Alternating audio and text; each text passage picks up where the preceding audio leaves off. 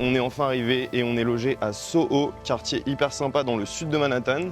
Et aujourd'hui, on va aller visiter Little Italy, on va aller visiter Chinatown, un peu tous les quartiers aux alentours. Premier jour un peu chill parce qu'on n'a pas envie de commencer sur les chapeaux de roue avec des grands Times Square, Central Park, etc. On garde ça pour les prochains jours. C'est parti pour visiter tout ça, let's go! J'ai eu envie d'un petit déj et du coup on s'est arrêté dans un deli.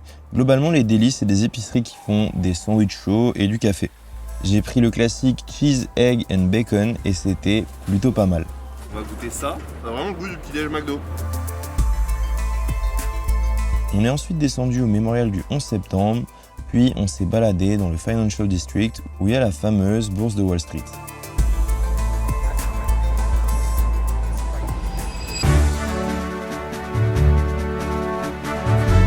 Pour apercevoir la Statue de la Liberté sans dépenser un centime, on a embarqué sur le Staten Island Ferry, une traversée gratuite qui offre une vue imprenable sur Manhattan et sur l'emblème de New York, la Statue de la Liberté.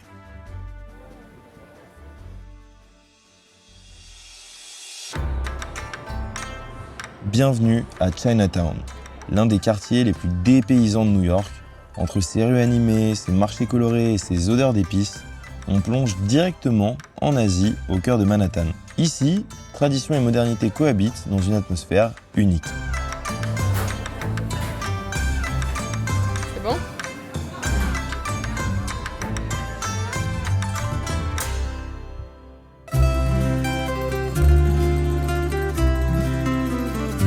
On a enchaîné sur Little Italy, un tout petit quartier où l'Italie vit à travers ses ruelles animées, ses boutiques et ses restaurants.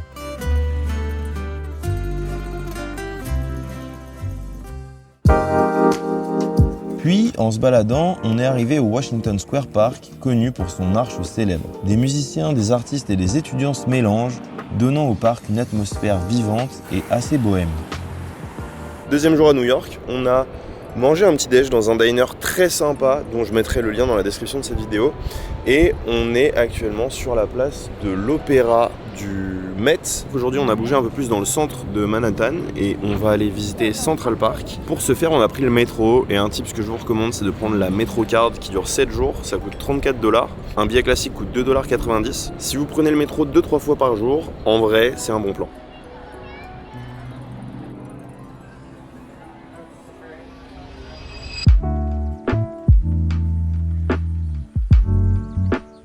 Nous voilà à Central Park.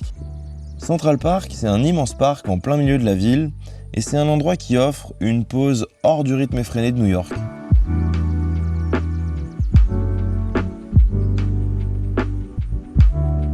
Les New-Yorkais viennent se promener, respirer et profiter de la ville autrement.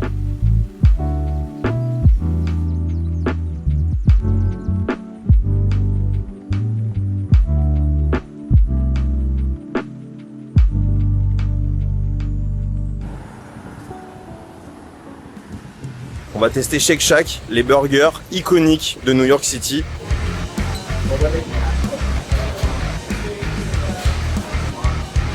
Ça dégouline, comme tous les trucs que je mange depuis que je suis arrivé ici. C'est très gras, mais c'est très bon. Direction le MoMA, le musée d'art moderne de New York qui rassemble certaines des œuvres les plus célèbres du monde.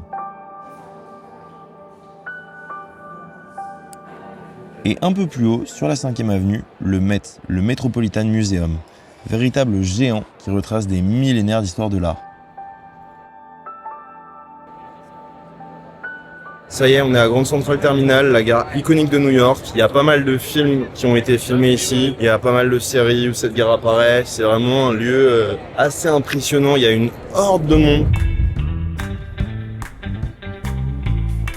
Les amis, je suis à Times Square, c'est absolument la folie, il y a du monde dans tous les sens, il y a des gens qui hurlent, il y a des gens déguisés, il y a des grandes lumières partout et apparemment c'est vraiment l'endroit où les New-Yorkais ne viennent jamais. I'm just vlogging around, bro. Vlog, yes, the best. You wanna be in the vlog? Yes, yes. Say hi to YouTube. How you doing, YouTube? Yo, have a nice day, bye. Les gens sont sympas, mais sont tarés. C'est pas le premier gars qui m'arrête parce qu'on a la même caméra, c'est très drôle. C'est surtout des grands écrans avec de la pub dans tous les sens, des boutiques, le temple du capitalisme. Bon allez, moi je me casse d'ici parce qu'il y a vraiment beaucoup trop de monde et je vais aller manger un super cheesecake, le classique de New York. C'est parti.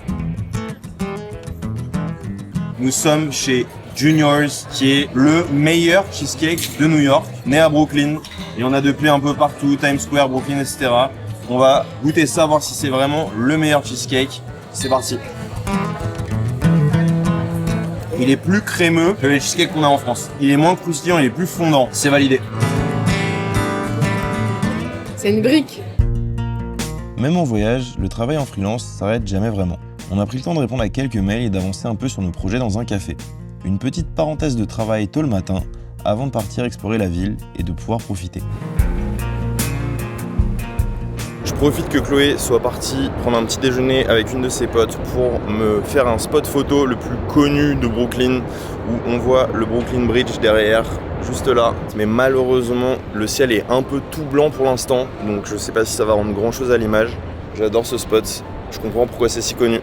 J'en profite également pour aller shooter une autre vidéo pour cette chaîne, une vidéo qui parle de l'objectif que j'utilise à New York, parce que je suis parti qu'avec qu'un seul objectif, c'est le 16 mm 1.8 de chez Sony. Je vais faire une vidéo dessus, donc voilà, je vais me poser, essayer de trouver un spot sympa devant la skyline.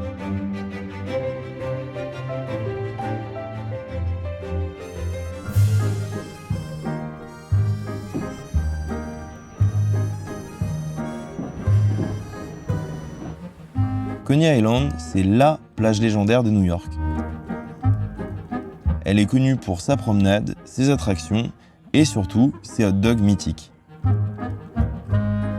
Un mélange d'océan et de fêtes foraines à l'ambiance rétro qui donne vraiment une atmosphère unique à cet endroit.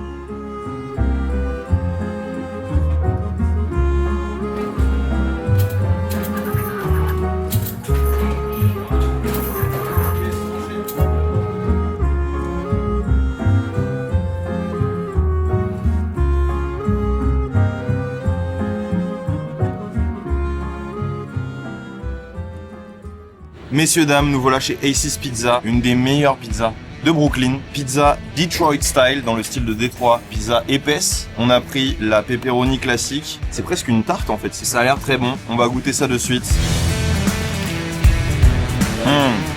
Très bon, c'est salé. Les pepperonis sont très salés, très bonne texture. Si vous êtes de passage à Brooklyn, allez-y les amis. Bienvenue sur Broadway, le temple mondial du spectacle vivant. On a pu choper des places à moitié prix pour aller voir Aladdin.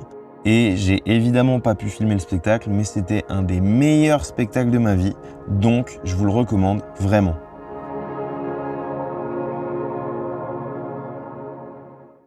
Ce matin, on est à Harlem pour assister à une messe gospel. Il paraît que c'est vraiment un moment unique et que les prières sont des célébrations.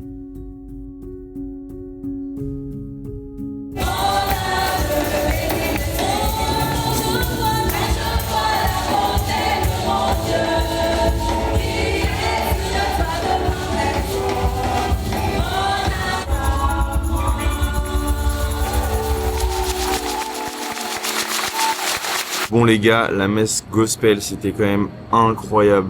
J'avais jamais vu ça de ma vie, j'étais assez ému. On sentait vraiment la joie des gens d'être à l'église, de partager ce moment. Et ils la communiquent vraiment bien. C'était un truc assez émouvant. Ça a duré 2h30. En plus, on a eu grave de la chance parce que c'était une messe qui était donnée en français. Vraiment, si vous allez à New York, assister à une messe gospel, vous le regretterez pas du tout.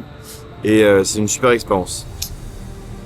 Bon voilà, je savais pas trop comment conclure ce vlog, je vais essayer de faire une conclusion ici. On a marché, je crois, 100 km en 5 jours. Les New-Yorkais sont très sympas. Vraiment, j'ai discuté avec pas mal de gars, que ce soit des gens qui venaient me voir parce que j'avais une caméra. Ils ont cette culture très connue de ce qu'on appelle le small talk. L'inconvénient de ça, c'est qu'on peut peut-être trouver les gens un peu fake. Il y a des inconnus, on se croise, on discute 5 minutes, puis chacun retourne à sa vie. En tout cas, en tant que touriste, c'est plutôt agréable.